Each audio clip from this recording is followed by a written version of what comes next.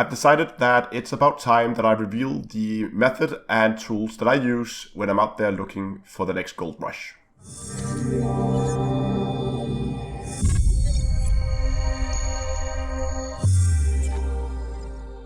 Hello ladies and gentlemen, and welcome back to Elite Dangerous with Down-to-Earth Astronomy. Money-making methods have changed a lot over the last year. They are shorter and shorter lived, and therefore I've decided that it was about time that I shared the method that I use and the tools that I use to locate a good gold rush spot with the rest of the community. So whenever I drop into a station that I'm not familiar with, I've made it a habit to always just open up the mission board and see what's available. I'll do the same with the passenger lounge, but I'm looking for several things. Either I'm looking for cases where a lot of the same missions are available that you can see here. These are all courier jobs, but these are all to separate locations, so that's probably not a few that goes to the same systems, but most of them are to separate locations, so that makes them more time consuming to complete. So they have a lot of donation missions here. So either I'm looking for a place where they have a ton of the same missions, or I'm looking for mission with a very high payout. And when I mean high payout, I mean something like 8 million. You would begin to learn the different mission types and how long they take to complete. So these spec ops, they can take a while, even though they do pay. And they're not really that stackable. So there you slowly begin to learn what type of missions are worth looking for if you do this for a while.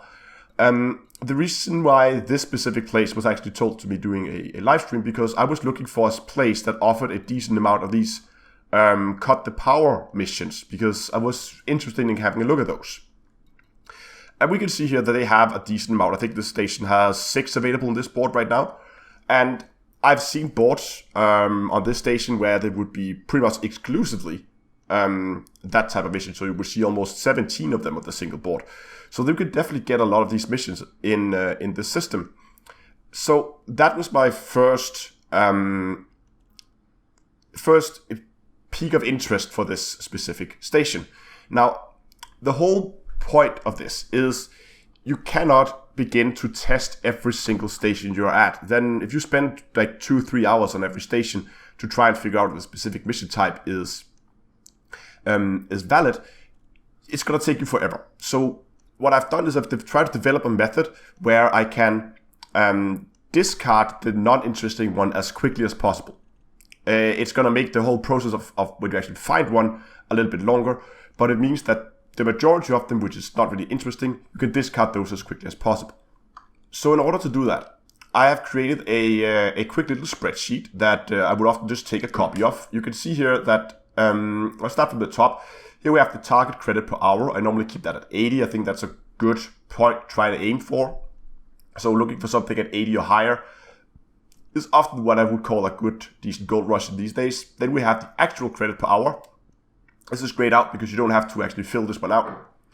And this will be calculated automatically. And this is, of course, well, what you're actually making at this spot. I then have a little bit of metadata here that I can keep about the location, what system, and what pickup station we're taking the missions from. Often I would also fill out the mission type. So in our case here, this would be cut the power. Just if I want to come back later, I know exactly what I need to look for. Then we need to have a look at the average payout. So if we get back into the game, we can have a look at the mission. So what do we have here? We have 900, 900,000, 1.5, another 1.5 there, another 1.6 here.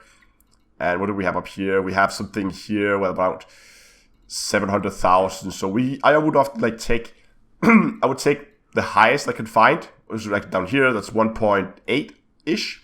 And then the lowest I can find, which was the 700 here. And I would say, okay, so the average of those two is around 1.1 million. I don't normally calculate the actual average. I would normally just like take a ballpark guess here. So take the highest, take the lowest, take whatever is in the middle of that, and then use that as your average. That gives you a good indication of what you could possibly expect to get as an average payout.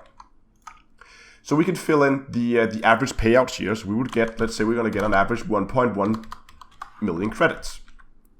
Then we have the mission limit. There's no mission limit to this, so we are only at the 20 here. In some cases, if we work on skimmer missions, that would be 3 missions. And if we're working with passenger missions, it would be limited by the number of cabins.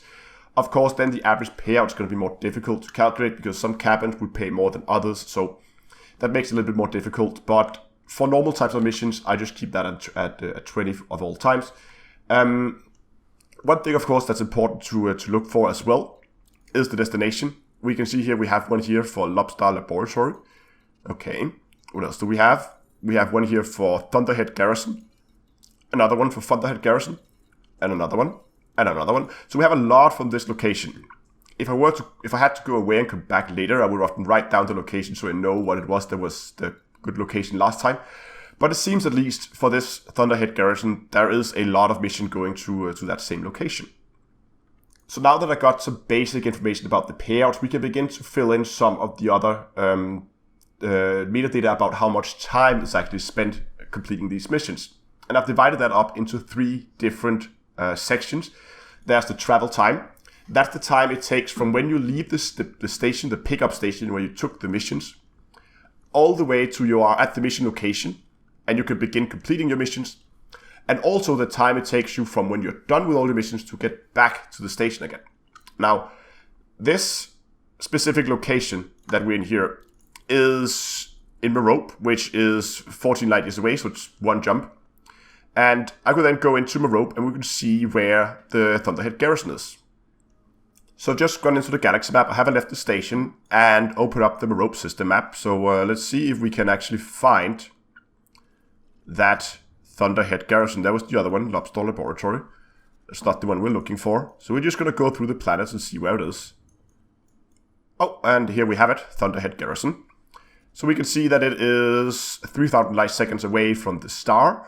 So that's not too bad. However, the system we are in, where we're picking up this the mission, is quite far, almost 100,000 light seconds. So I would then often do a trial run without any missions. So I would just see how much time it takes me from leaving the station, get to the mission location, and get back again. And in this case here, this took me around about 17 minutes, where most of the time is actually spent flying to the station, those 100,000 light seconds. Then the pickup time, that's how much time I'm expecting to spend at the station to pick up the various missions. This can vary a lot from station to station. As I said, sometimes you would get, like I have here, 5 valid missions. And other times I would get almost a full board, like 17 or 20 missions or something like that on a single board. So I would probably expect that I would have to at least get 1 board refresh, which on average would be, I think, about 5 minutes-ish. So if I put in 5 here, we can see we already have a problem here, because now we have a target completion time. And the target completion time is how much time I can spend in minutes to complete all 20 missions. And you can see here I have minus 5.5 minutes to complete all 20 missions if I am to reach my target credit per hour. So that means, of course, that's not possible. So now I already can see here, without picking up a single mission, and I could just make a guess on this, how much time it would take. I didn't have to actually do a run. I could make a guess. Even if I guess wrong, let's say I just said 12 minutes, I could still see I would have minus half a minute to complete them. So already now, without even picking up a mission, I could already now see that this was not going to be a valid method, at least if I'm going to try and reach my target. Let's plug back in here with the 17. I could then, if I wanted to, and I have actually done this for this tutorial here, I could actually then go for the actual completion time. So how much time did it actually take me to complete the missions? In this case, what you do is you fly to the base, and once you're at the base, that will then restart this completion time counter. You fire some missiles at a generator, the generator blows up, you rock back in, and you can then do it again. But because you've done a hostile act, you have the 15-second logout time, and log back in and deploying weapons and all that stuff. I think you have to probably guess, I think about 45 seconds per mission. So in this case, this would be let me see, a 0. I can't see anything for the microphone.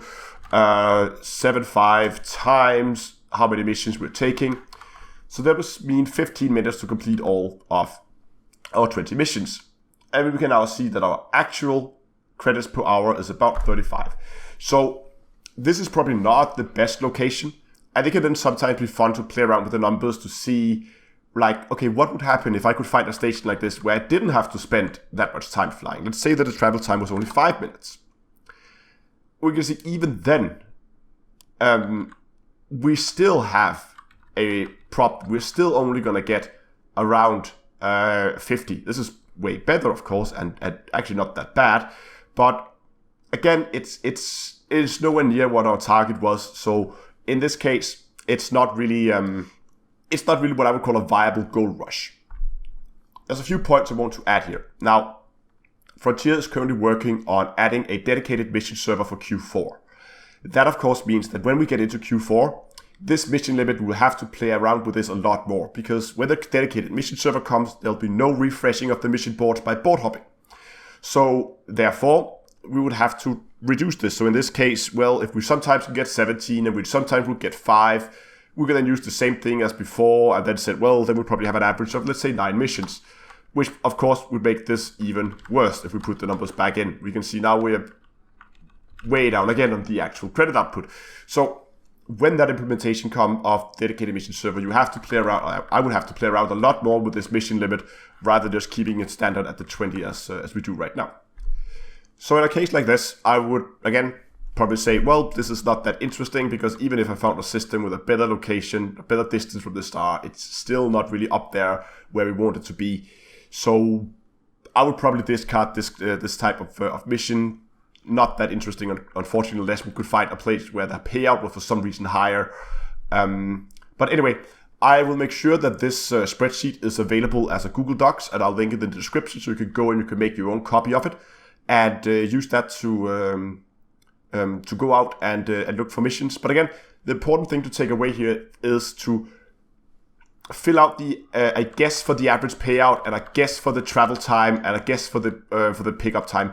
Do some guesses to start with, just to get an idea about what your payout is going to be. And if you're then close to whatever target it is you're actually looking for, then you can begin to refine your numbers and get more accurate measurements of these different times. But again, the important thing here is to basically fail as quickly as you can. Make sure that you discard the non-interesting one as quickly as you can, so you don't waste time on them, and you only spend time on the one that actually has potential to be good. I do have a few systems that I'm currently looking at that could potentially be interesting, that I haven't gone back and refined my numbers for. If they turn out to be anything good, I will of course make sure to post them in a separate video here on YouTube. So go down and hit that subscribe button if you want that information when it comes out. But I really hope you liked this video. If you did, give it a like down below. And yeah, subscribe to the channel. And until next time, I will see you guys in space.